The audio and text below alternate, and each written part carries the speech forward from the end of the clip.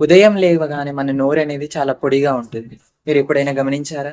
అసలెందుకు పొడిగా ఉంటుంది మన నోరు? మనం ఉదయం లేవగానే మన నోరు ఎందుకు పొడిగా ఉంటుందంటే, మనం రాత్రి సమయంలో నిద్రపోతున్నప్పుడు మన నోటిలో లాలాజలం ఉత్పత్తి అనేది చాలా తక్కువగా ఉంటుంది. అందుకే మనం ఉదయం లేవగానే మన నోరనేది చాలా డ్రైగా, పొడిగా ఉంటుంది.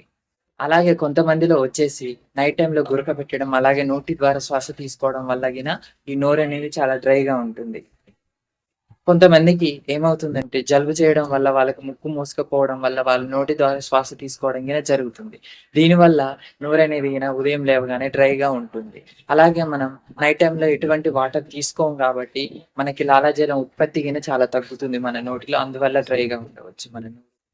ఒకవేళ మీకు ఈ సమస్య అంటే నోరు డ్రైగా ఉండడం అనేది చాలా ఎక్కువగా అనిపిస్తుంటే, చాలా కాలంగా అనిపిస్తూ ఉంటే మీరు తప్పకుండా డాక్టర్ కన్సల్టేషన్ తీసుకొని మీకు ఈ వీడియో నచ్చినట్టయితే మీరు తప్పకుండా లైక్ చేయండి, షేర్ చేయండి. మన ఛానెల్‌ని మర్చిపోకుండా గుర్తుపెట్టుకొని మరి సబ్స్క్రైబ్ చేయండి. ఈ వాల్యుబుల్ ఇన్ఫర్మేషన్‌ని మీ ఫ్యామిలీ అండ్ మీ ఫ్రెండ్స్‌కి మర్చిపోకుండా షేర్ చేయండి.